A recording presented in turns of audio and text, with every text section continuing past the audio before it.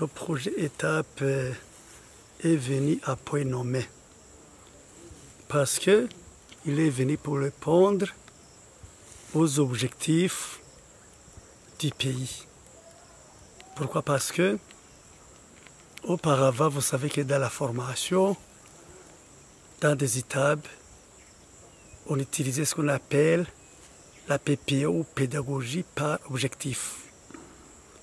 Et puis la pédagogie par objectif a été remplacée avec l'APC, c'est-à-dire l'approche par compétence.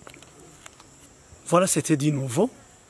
Et l'étape est venue quand même pour concrétiser cet objectif en donnant des formations à outrance, des formations de grande envergure à tous les professeurs, aux directeurs, etc. Maintenant, tous les directeurs des étapes, les professeurs connaissent maintenant ce qu'ils font parce qu'auparavant, ils ne comprenaient pas ce qu'ils étaient en train de faire. On va d'abord remercier le projet étape du travail qu'il a fait pour essayer de nous amener à bien travailler par rapport à ce que nous faisions avant.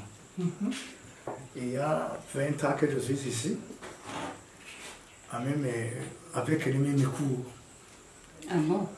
Vous voyez alors qu'il y a lieu de comparer l'assimilation des années antérieures avec par rapport à aujourd'hui. Pour vous dire que auparavant, la section agriculture, c'est une section qui est très complexe. Auparavant, c'était très très difficile de mener ce cours. Maintenant, alors, avec l'approche APC, c'est devenu vraiment très facile à enseigner. Avec l'APC, on a essayé, ça nous a permis de bien structurer le cours, de bien mener le cours, et les élèves à bien assimiler le cours maintenant. Alors, il y a certaines théories qu'on ne pratiquait pas avant. Okay? On disait tout simplement agriculture spéciale. Mais maintenant, c'est structuré.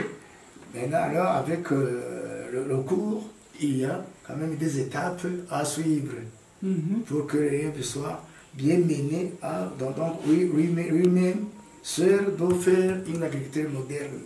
Voilà, c'est au niveau de l'APC et au niveau de la formation pédagogique des enseignants. En deuxième lieu, l'étape nous a aidés à l'élaboration des guides de travaux pratiques. Vous savez, l'étape, c'est la formation d'un technicien. Et puis, si c'est la formation d'un technicien, un technicien, c'est quelqu'un qui parle, c'est quelqu'un qui pratique. Et maintenant, l'étape a élaboré pour les étapes des guides de travaux pratiques et a formé les professeurs de ces cours. Vraiment, l'étape nous a aidés en beaucoup de choses en cette matière. Auparavant, quand on donne les élèves un travail de terrain, on dirait que c'est encore vu. Mais maintenant, avec l'APC, ils sont quand même très fiers de faire le travail manuel. Ok. Ils ont réussi l'approche à 100%. Parce qu'auparavant, c'était la pédagogie de bourrage de crâne. C'était la pédagogie livresque. Maintenant, les élèves, quand même, essaient de visualiser les connaissances acquises sur les bancs de l'école d'une façon théorique. Je vais vous montrer le résultat actif.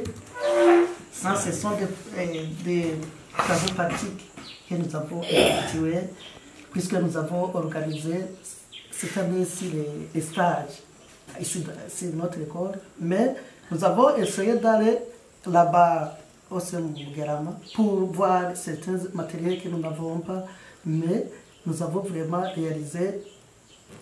Ah, voilà. Nous avons, maintenant, nos élèves savent vraiment comment ils peuvent fabriquer les différentes sortes d'épées, des farines composées, des spaghettis, les cakes, les gâteaux. Les gâteaux, Ah bon. les gâteaux, il y a des gâteaux. Nous avons sens des gâteaux. Ici, nous avons fabriqué des cakes. Nous avons fabriqué dans les à base de soja. Nous avons fabriqué les différentes sortes de farines composées. Vous voyez, ce sont des pains aux viandes. Au niveau de l'entrepreneuriat, par exemple, ils vont pratiquer ce qu'ils ont vu un peu partout. Et les professeurs, maintenant, ils commencent à élaborer des projets et à former leurs coopératives. Voilà, c'est déjà grand-chose. Parce qu'ils ont quand même des notions de pipe. Voilà. Alors vous avez les deux séparés. Alors dites-nous où est la banane et où est le raisin? Par exemple, ici, il y a nous avons le banane. Ça, c'est le banane. Et ça, c'est le raisin. Puisque c'est interdit puisqu'il peut y avoir l'entrée de lait, pour montrer comment elle agit. Mais nous avons des produits. Et ça, c'est pour... Ça, c'est pour... vous savez, il y a ce qu'on appelle la fermentation acétique. Ça, c'est pour éviter qu'il peut y avoir l'entrée d'eau, l'entrée de lait. C'est-à-dire, ici, il y a le rejet du CO2, et ce CO2 est capté par l'eau, puisque vous savez que l'oxygène, lorsque le CO2 rencontre l'oxygène, il va y avoir une réaction. C'est-à-dire qu'il va y avoir le captage de ce CO2. Nous utilisons des capsules qui sont mécaniques, manuelles. Puis on fait le remplissage et puis on ferme avec des bouchons. Oui. Et après, on met dans les cartons. Ces cartons sont importés de l'Ouganda. La qualité s'achète à 3 000. Et la deuxième qualité, une bouteille coûte 1 500. 1 500, donc la moitié.